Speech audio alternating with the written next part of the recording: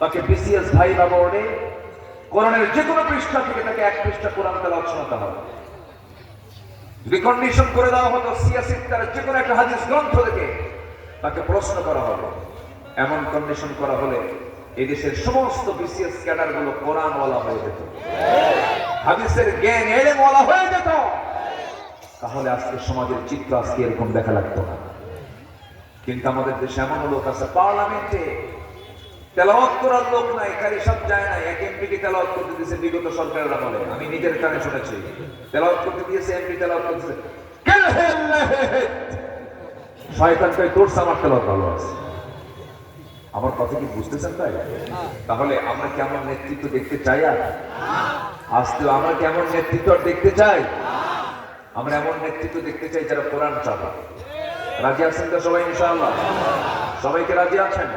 আল্লাহ কবুল করেন, জোরে বলি আমিন। আরো জোরে আল্লাহুম্মা আমিন। সম্মানিত ভাইরা, আমরা এখানে বসে আছি, লসে আছে না লাভে আছে? হ্যাঁ, লসে কি লাভে আছেন তো? আচ্ছা, লসে নাই কিন্তু এখানে বসে কি লস আছে? লস না, প্রচুর লাভ। হয়তো ভাবতেছেন যে আজকের দিন আমার অফিসটা হলো না, আজকের দিন আমার একটা দিন পার হয়ে গেল, আমি একটা শ্রম পেলাম না, আমি বিনিময় পেলাম না। না, বিশাল প্রাপ্তির জন্য আছে। আল্লাহ পাক বলছেন তিন কাজে কোনো লস নেই। যেরকম সুবহানাল্লাহ, তিন কাজে কোনো লস। বলি বলি কি বলি? আমাকে সময় দিচ্ছেন তো? ইনশাআল্লাহ আমি তার সময় পেয়েছি, অনেক সময়। আমার দেশে আবার মানে পেট না ভরা পর্যন্ত রুচি শেষ হয় না, আছে না? আচ্ছা, ডাক্তাররা কি বলে কখনো যে আপনি পেট না ভরা পর্যন্ত খান? কোন ডাক্তার কি বলে এটা? বলে পরিমাণ বেশি খেলেই অসুখ হয় না, কম খেলে অসুখ হয়? বলেন বলেন তো, বলেন তো। বেশি। আমার দেশে ওয়াজ বেশি না আমল বেশি? বলেন বলেন বলেন বলেন। ওয়াজ আধা ঘন্টা ওয়াজ, 1 ঘন্টা ওয়াজ তো কোনো ওয়াজই না। 2 ঘন্টা ওয়াজ না শুনলে কি ওয়াজ হয় না? মন শান্তি হয় না? হুজুর ওয়াজ শুনতে এত মজা, কিন্তু হুজুর পানি ঠান্ডা। হুজুর পানি কি? তাহলে কি এটাকে ওয়াজ শোনার ফলাফল? আমরা যতটুকু শুনবো আবার এটাকে আমল করবো, জোরে বলি ইনশাআল্লাহ। তখন দেখবেন আমলের নিয়তে যদি শোনেন, তখন ভাববেন যে আর শুনবো না, আমার এই আমল, আমার এই কথাগুলোই যথেষ্ট। একটু মনোযোগের কথাগুলো শুনবেন। 3 কাজে লস নাই। কয় কাজে লস নাই? 3 কাজ। আল্লাহ রাব্বুল আলামিন বলেন, ইন্নাল্লাযীনা ইয়াতলুনা কিতাবাল্লাহ ওয়া আকামুস সালাতা ওয়া আনফাকু মিম্মা রাযাকনাহুম সিররান ওয়া আলানিয়াতান ইয়ারজুনা তিজারাতান লান তাবুর। সূরাতুল ফাতির আল্লাহ রাব্বুল আলামিন বলেন, 3টা কাজ যার মধ্যে থাকবে তারা কখনো ক্ষতিগ্রস্ত হবে না, লাভবান হবে। নাম্বার 1 হলো আল্লাহর কালামকে যারা সুন্দর করে তেলাওয়াত করবে, সুন্দর করে বুঝবে। এরপরে আল্লাহ রাব্বুল আলামিন নাম্বার 2 বলছেন, যারা নামাজ কায়েমের সংগ্রাম করবে, নামাজ যারা কায়েম করবে, নামাজ আদায় তো করবেই, নামাজ কায়েমের যারা কাজ করবে। আমার দেশে নামাজ আদায় হয় না, কায়েম হয়েছে। বলেন বলেন বলেন। আমার দেশে কি নামাজ আদায় হওয়ার পরিবেশ না কায়েম হওয়ার পরিবেশ? আদায় আছে, কিন্তু কায়েম। আল্লাহ রাব্বুল আলামিন বলেন, যারা নামাজ কায়েমের কাজ করবে, আল্লাহর কালামের সুন্দর তেলাওয়াত করবে, এবং নাম্বার 3 হলো আনফাকু মিম্মা রাযাকনাহুম সিররান ওয়া আলানিয়া। আমার দেওয়া রিজিক থেকে গোপনে প্রকাশ্যে যে বান্দা আমার প্রতি খরচ করবে, আশা করা যায় তাদের এই ব্যবসায় কখনো লস হওয়ার সম্ভাবনা নাই। যেরকম সুবহানাল্লাহ। এখানে আমরা অনেক লাভবান হয়ে বসে আছি, বলি আলহামদুলিল্লাহ। এই মাহফিলগুলো করতে দেয়নি বিগত 16 বছর ফেরেশতারা। ফেরেশতা এই জন্য বললাম, কারণ ফেরেশতা চোখে দেখা যায় না। এই জুলাই অগাস্টের পর থেকে নিয়ে আজ পর্যন্ত এদের তো দেখা যাচ্ছে না, যেন ফেরেশতা পেয়েছে। দেখা যাচ্ছে? কেউ আছে? আমরা পালাই না। আমরা ছিলাম, আছি, এই মাটিতেই থাকবো ইনশাআল্লাহ। এখানেই জীবন, এখানেই মরণ। ঠিক কিনা? 2009 সালে 2009 সালে আমার ফার্স্ট সফর ছিল হলো হজের সফর, মক্কায় যাই। ওই বছর আল্লামা সাইদ রাহিমাহুল্লাহ শেষ হজের সফর। তো সেই সময় ট্রাইব্যুনাল গঠন হয়েছে, মামলাগুলো হচ্ছে। নতুন করে বিগত ফ্যাসিস্ট সরকার তারা অবৈধ সরকার গঠন করেছে। টিপাইমুখীবাদের আন্দোলন চলছে, টিপাইমুখীবাদের বিরুদ্ধে আন্দোলন চলছে। ঠিক সেই সময় আল্লামা সাইদ রাহিমাহুল্লাহ তখন রয়্যাল গেস্ট হয়ে হজে গেছেন। তো সেই সফরে হুজুরকে আমরা সবাই মিলে বললাম, হুজুর দেশে মামলা হচ্ছে, ট্রাইব্যুনাল গঠন হচ্ছে, আমাদের মনে হয় আপনি এই দেশেই থেকে যান, সৌদি আরব আপনাকে নাগরিকত্ব দিয়ে দেবে, আপনার দেশে না ফেরত যাওয়াই ভালো, আপনি এই দেশেই থেকে যান। উনি মুস্কি হাসি মেরে বললেন, আমার জনগণ, আমার দেশের মানুষ, আমি নির্দিষ্ট একজন দলের নেতা, আমার দলের কর্মী ভাইরা মজলুম হয়ে, নিপীড়িত হয়ে তারা দেশের মাটিতে থাকবে, আর আমি সাইদি পালায়া থাকবো, এমন চরিত্র সাইদিন না। এই কথা কি বুঝতেছেন আপনারা? অনেকে সতর্ক করেছিলাম, আমরা বলেছিলাম, উত্তরে এই কথাটা বলেছি, সাইদি পালায়া থাকে। উনি ফেরত এসেছেন 13 বছর হাসি মুখে জেলও কেটেছেন। তার যে শেষ বিদায়টা ছিল, শেষ বিদায়ের আগেও তার জাতির সামনে ছিল কান্না না হাসি? বলেন কান্না না হাসি? সম্মানিত বন্ধুগণ, যতদিন পর্যন্ত এই জমিনে কোরআনের বিধান না জারি হবে, ততদিন পর্যন্ত আমাদের বিশ্রাম হয়। এমন সিদ্ধান্ত কি নিতে রাজি আছেন সবাই? এমন সিদ্ধান্ত কি সবাই নিতে রাজি আছেন? আমরা এই যে কোরআন দেখতে পাচ্ছি, এই কোরআনটা কাগজে, এর উপরে যদি অন্য কোনো বই, ধরুন শরৎচন্দ্র চট্টোপাধ্যায়, বঙ্কিমচন্দ্র, রবীন্দ্রনাথ অথবা আমাদের কাজী নজরুল ইসলাম, যে কোনো একজন লেখকের লেখা বই যদি কোরআনের উপরে রাখেন, আপনি মানবেন? কেন মানবেন? বলবেন যে কোনো অপমান হচ্ছে, অসম্মান হচ্ছে। কোরআনের উপরে কোনো বই থাকতে পারে না, কোরআনের নিচে থাকবে, কিন্তু এর উপরে কোনো বই থাকতে পারে না। তাহলে কোরআনের উপরে অন্য কোনো বই যেমন আপনার কাছে রাখাটা বেমানান। আমার দেশে যে আইনগুলো আছে, এটা কি মানুষের আইন না আল্লাহর আইন? এই মানুষের আইনটা উপরে আছে না কোরআনের আইনটা উপরে আছে? আমরা কোন আইনটা নিচে রাখছি বলো তো? এটা কি মানান না বেমানান? মানান না বেমানান? আমরা আর কোরআন আইনকে মানুষের আইনের নিচে রাখতে চাই না।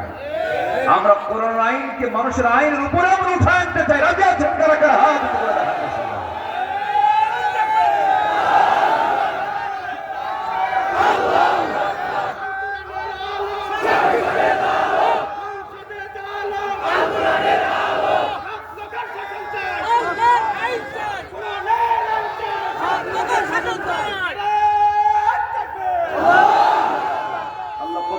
জোরে বলি আমিন।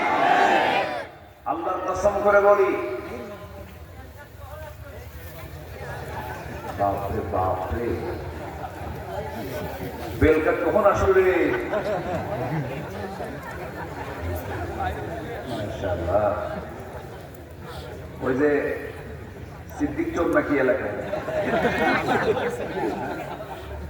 হ্যাঁ, আমার ভুল হচ্ছে, ক্ষমা করে দেন।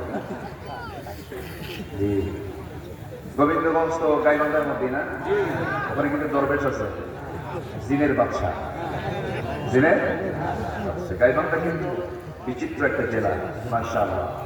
তবে সুন্দরগঞ্জে মরহুম আব্দুল আজিজ রাহিমাহুল্লাহর জন্য দোয়া না করলে আমরা কৃপণ হব। আল্লাহ তুমি তার কবরটাকে জান্নাতের টুকরা বানায়। জোরে বলি আল্লাহুম্মা আমিন। নাম শুনেছেন না ওরা? অত্যন্ত বিনয়ী মানুষ, নাম খুব ভালোবাসতাম তাকে। মানে এত বিনয়ী মানুষ, হাসি খুশি মানুষ। জুলুমের অত্যাচারে শেষ পর্যন্ত তিনি দুনিয়া থেকে বিদায় নিয়েছেন। আল্লাহ তুমি তার কবর থেকে জান্নাতের নূর দিয়ে মুনাফার করে দাও। আব্দুল আজিজের মতো মানুষ আর পৃথিবীতে আছে? বহুমুখী প্রতিভার তিনি অধিকারী ছিল। আল্লাহ তুমি তাকে মাফ করো, তার পরিবারকে দ্বীনের জন্য কবুল করো। তাদের ত্যাগের বিনিময়ে এই জমিনকে কোরআনের জন্য তুমি আল্লাহ কবুল আর মঞ্জুর করে দাও। আমি নির্দিষ্ট দলকে নিয়ে আমি কিন্তু এখানে কথা বলছি না, আমি কোরআনকে সাথে নিয়ে কথা বলছি। কোরআন যদি কোনো দলের দিকে যায় আমার তো কিছু করার নেই। আমার কিছু করার আছে বলেন তো? আপনি আপনার দলের সিদ্ধান্ত নিয়ে আপনাকে জানান, আপনার দল যদি এখন বলে যে আমরা কোন আইন চাই না, আমরা কোরআনের আইন চাই, আমি সেই দলে গিয়ে যুদ্ধ বলে দিচ্ছি, আমার ক্লিয়ার কথা। এখন কোরআনের কথা বলতে গিয়ে যদি কোনো দলের দিকে যায় গেলে তো আমার উপায় নেই, ঠিক কিনা বলেন? রাগ করতেছেন আপনারা? আমি ভাবি যে এখানে সব দলের লোক আছেন, আমি এই জন্য এই কথাটা একটু ক্লিয়ার করে দিলাম। আপনার দল যদি বলে আমরা কোরআন দিয়ে সমাজ চালাবো, রাষ্ট্র চালাবো, আমি সেই দলে গিয়ে যোগদান করবো। কি ভাই, কথা ক্লিয়ার কিনা? কথা ক্লিয়ার কিনা? সম্মান করতে হবে। আসুন মূল বিষয় যেটা আমরা একটু কথা বলতে চাচ্ছি সেটা হলো আমরা পৃথিবীতে কেন আসছি? আমরা কি এখানে থাকার জন্য আসছি না দায়িত্বের জন্য আসছি? আমরা গিয়ে থাকবো কোথায়? কি যেন করেছে এই কোথায় গিয়ে থাকবেন আপনারা? আমরা একটা উদ্দেশ্যে আসছি দুনিয়াতে, আমরা গিয়ে থাকবো কোথায়? আমাদের থাকার জায়গা কোথায়?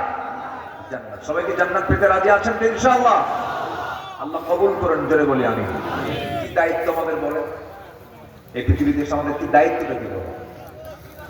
হ্যাঁ, আমি তো বলতে ছোটখাটো শ্রোতা না, এটা বলেন, একজন বলেন কিশোর জন্য আসছে বলেন তো, একজন বলেন। হ্যাঁ,